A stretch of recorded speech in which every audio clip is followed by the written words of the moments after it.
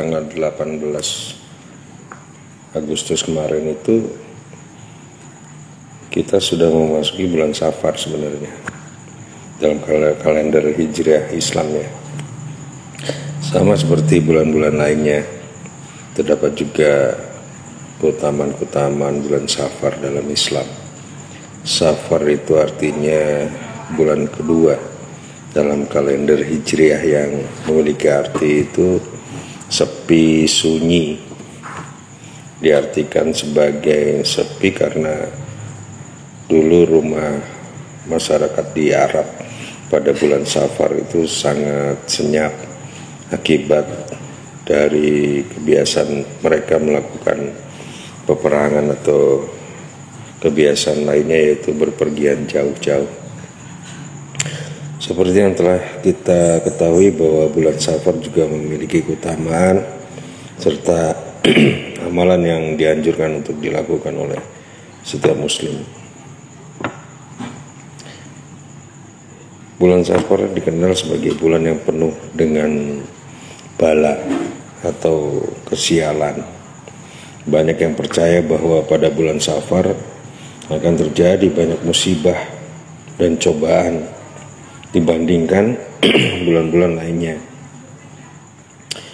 Indonesia juga masih terasa adanya tradisi-tradisi di bulan Safar, yakni tidak boleh menyelenggarakan pernikahan di bulan-bulan tersebut. Namun ada juga yang tidak memperhatikan itu karena tidak mempercayainya. Sebenarnya tradisi atau larangan menikah di bulan Safar itu muncul karena mengikuti adat istiadat leluhur sejak zaman dulu itu. Sebagian ada yang berpendapat bahwa melaksanakan tradisi tersebut dengan niat berbakti dan mungkin saja hormat kepada orang tuanya. Namun sebuah data dalam penelitian itu dikatakan bahwa masyarakat desa itu tidak mengimani larangan-larangan tersebut. Masyarakatnya berkeyakinan bahwa yang mendatangkan musibah, celaka itu adalah semata-mata hanya dari Allah Subhanahu wa taala, bukan dari bulan Safar itu sendiri.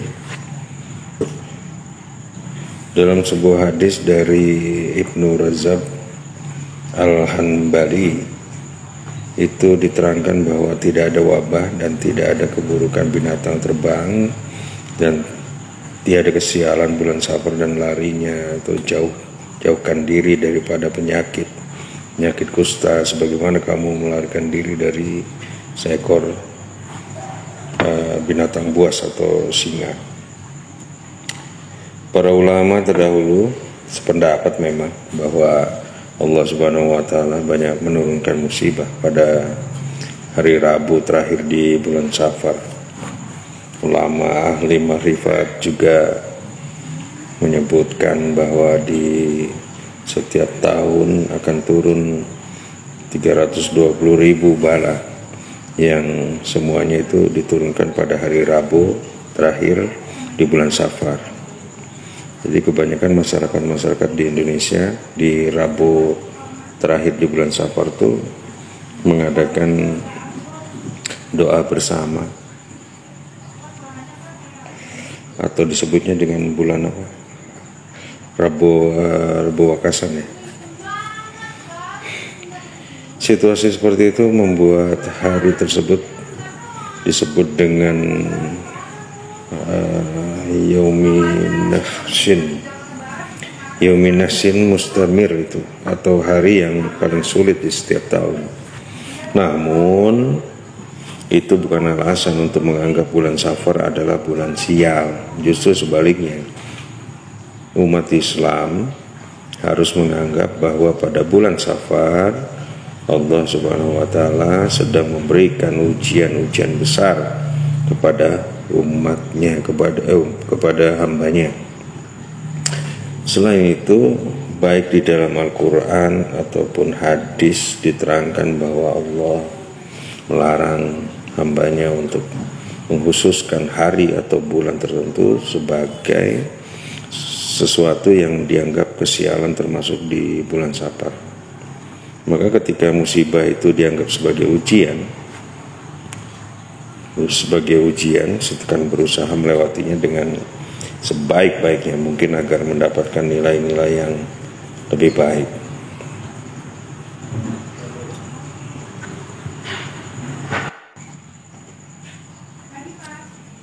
Terdapat beberapa keutamaan bulan Safar yang kita harus ketahui oleh seluruh umat Islam. Itu yang pertama, itu bisa memperkuat keimanan. Umat Islam meyakini bahwa bulan Safar sama seperti bulan-bulan lainnya, sehingga diharapkan untuk selalu melakukan ibadah dan amal-amal soleh yang dicintai oleh Allah. Ini akan membuat kita itu kuat keimanan kita karena tidak mempercayai bulan Safar. Bulan Safar itu tidak dianggap sebagai bulan sial karena segala sesuatu hanya terjadi atas izinnya Allah. Yang kedua yaitu yakin akan ketetapannya Allah. Ini adalah suatu bentuk keimanan kepada qada dan qadar dari Allah. Yang ketiga, meningkatkan rasa takwa dan tawakal kita dengan menyadari bahwa segala sesuatu adalah kehendaknya Allah. Maka ketakwaan seseorang juga pastinya akan meningkat. Ketakwaannya pasti meningkat dengan tawakalnya. Umat Islam itu diharapkan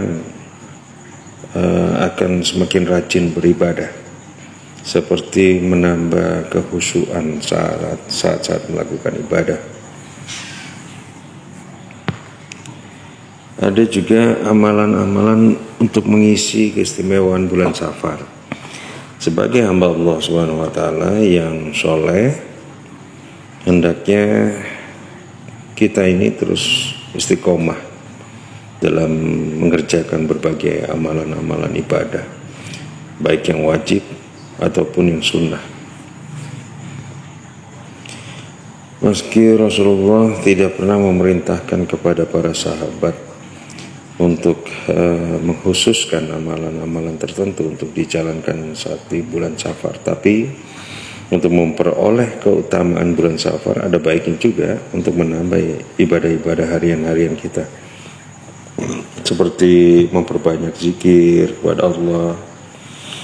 Memperbanyak zikir kepada Allah itu menjadi amalan yang ringan tapi memberikan banyak pahala. Berzikir juga dapat menjadi amalan yang sunnah, dan khususnya ya di bulan-bulan Safar ini, berzikir membuat kita itu selalu mengingat Allah.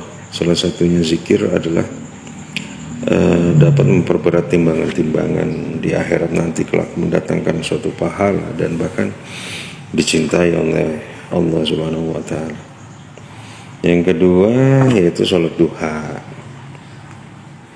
Ya, dalam sebuah hadis Rasulullah juga pernah bersabda, di dalam tubuh manusia itu terdapat 360 sendi yang seluruhnya itu harus dikeluarkan sedekahnya. Para sahabat pun bertanya, siapakah yang mampu melakukan ini wahai Nabiku? Beliau menjawab, engkau membersihkan dahak yang ada di dalam masjid adalah sedekah. Engkau menyingkirkan sesuatu yang mengganggu dari jalan adalah sedekah.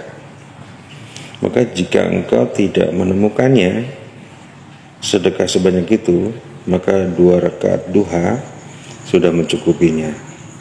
Yang ketiga yaitu sholat berjamaah di masjid. Dari Abu Umamah itu Rasulullah SAW bersabda, barang siapa yang keluar dalam keadaan suci menuju masjid untuk melaksanakan sholat jamaah, maka pahalanya seperti pahala orang yang sedang haji dalam keadaan ihram.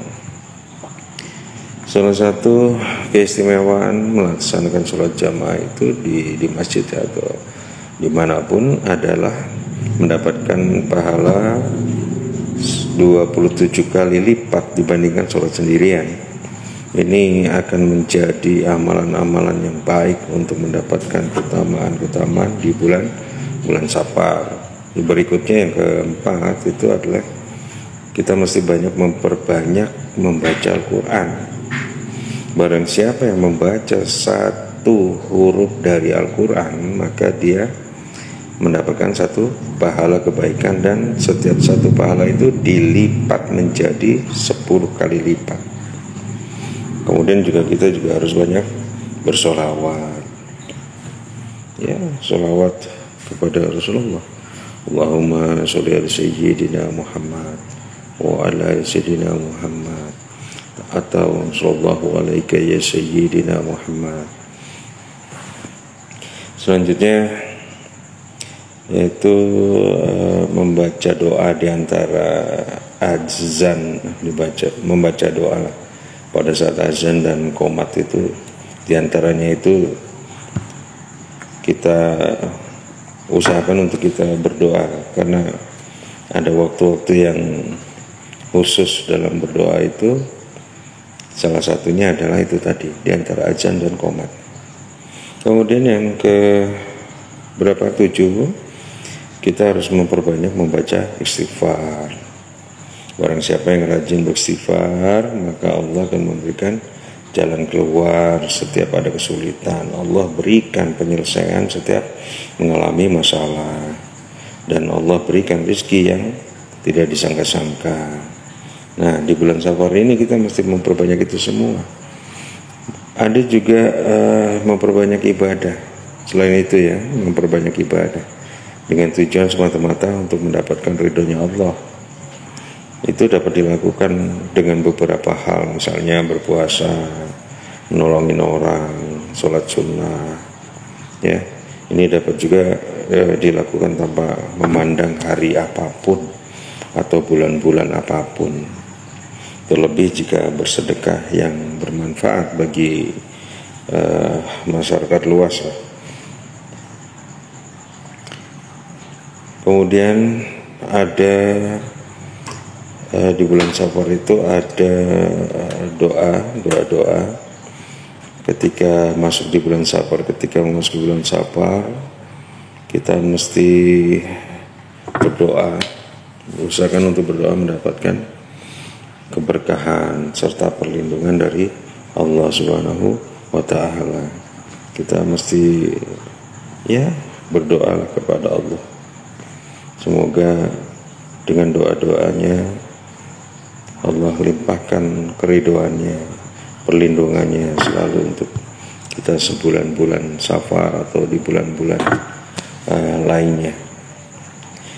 Itu merupakan salah satu keistimewaan dan apa yang harus kita lakukan di bulan Safar ini.